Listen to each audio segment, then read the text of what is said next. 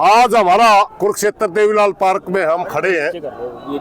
हमारा पहले से प्रोग्राम तय था कि हम हरियाणा की मांगों को लेकर के मुख्यमंत्री हरियाणा सरकार को जहां चेताएंगे, वहीं पर एक जो ड्राफ्ट भारत सरकार ने हर स्टेट को दिया है, जिसके कृषि विपणन नीति के नाम से वो ड्राफ्ट है, उसके अंदर वही तीनों कानून दोबारा सरकार चोर दरवाजे से लेकर के आ रही है।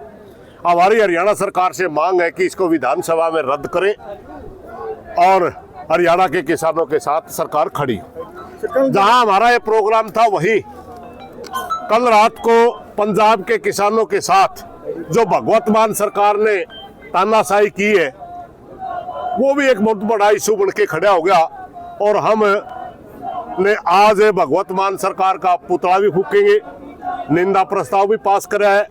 और अगर पूरा संयुक्त मोर्चा इकट्ठा होकर के कोई प्रोग्राम लेगा तो हरियाणा का किसान उसमें भी बढ़ चढ़ के हिस्सा लेगा और भगवत मान सरकार को हर तरह का जवाब देने के लिए तैयार। पंजाब सरकार का जो तरीका था जबरन उठाएंगे वहाँ से किसान का, बिल्कुल गलत तरीका था। और मैं अकेली पंजाब सरकार नहीं मानता इसमें, क्योंकि जब केंद्रीय मंत्री किसी को बातचीत के लिए बुलाता है और चंडीगढ़ से बात होकर के मोहाली में आते ही किसान नेताओं को उठा लिया जाता है, तो इसका मतलब है अकेली स्टेट सरकार ऐसा नहीं कर सकती। किसी भी केंद्रीय मंत्री के साथ बात करके वो आ रहे हैं, तो इसका मतलब केंद्रीय सरकार का भी उसमें हाथ था। ये दोनों सरकारों की संयुक्त कार्रवाई है और बहुत ही निंदनीय कार्रवाई है, क्योंकि देश के अंदर प्रजातंत्र है। प्रजातंत्र के अंदर मुद्दे बातचीत से हल होने चाहिए, तानाशाही से नहीं। आम आदमी पार्टी भाजपा दोनों मिल गई, क्या लगता है कल के देख के? आम आदमी पार्टी पहले ही आरएसएस का प्रोडक्ट था। आज ये दोनों इकट्ठे चल रहे हैं, मगर सच्चाई ये है कि आरएसएस ने बीजेपी को बनाया एक कानूनी तरीके से। मगर जब कांग्रेस गवर्नमेंट के जमाने में एक अन्ना के नाम से आंदोलन जो चला था, वो आंदोलन भी आरएसएस के ऊपर थी और वहीं से केजरीवाल पैदा हुआ था। ये तो चाचा भतीजे हैं दोनों, इनमें कोई ज्यादा अंतर नहीं है। बीजेपी और आम आदमी पार्टी दोनों एक है। हाँ, किसानों को इनका चेहरा बेनकाब हो गया पंजाब के किसानों के सामने। पहले ये समझते थे कि केजरीवाल कहीं कोई क्रांतिकारी आदमी ना हो। हमें तो पहले ही बता रहे थे कि हमने तो पहले ही बता दिए थे आरएसएस का आदमी है। मगर पंजाब के किसानों ने एक मुश्त वोट दे करके भगवत मान सरकार बनाई है। अब पंजाब के किसान को पता चल गया कि वास्तव में केजरीवाल भी बीजेपी और बीजेपी भी बीजेपी है। आज हमारा कुरुक्षेत्र देवीलाल पार्क में हम खड़े हैं।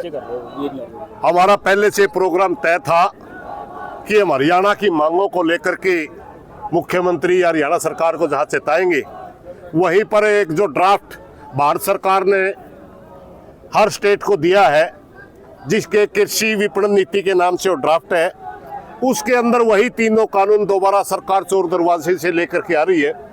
हमारी हरियाणा सरकार से मांग है कि इसको विधानसभा में रद्द करें और हरियाणा के किसानों के साथ सरकार खड़ी। जहां हमारा ये प्रोग्राम था, वही कल रात को पंजाब के किसानों के साथ जो भगवत मान सरकार ने तानाशाही की है, वो भी एक बहुत बड़ा इशू बन के खड़ा हो गया। और हम ने आज भगवत मान सरकार का पुतला भी फूकेंगे, निंदा प्रस्ताव भी पास करा है। और अगर पूरा संयुक्त मोर्चा इकट्ठा होकर के कोई प्रोग्राम लेगा तो हरियाणा का किसान उसमें भी बढ़ चढ़ के हिस्सा लेगा और भगवत मान सरकार को हर तरह का जवाब देने के लिए तैयार। पंजाब सरकार का जो तरीका था जबरन उठाएंगे वहाँ से किसान का, बिल्कुल गलत तरीका था।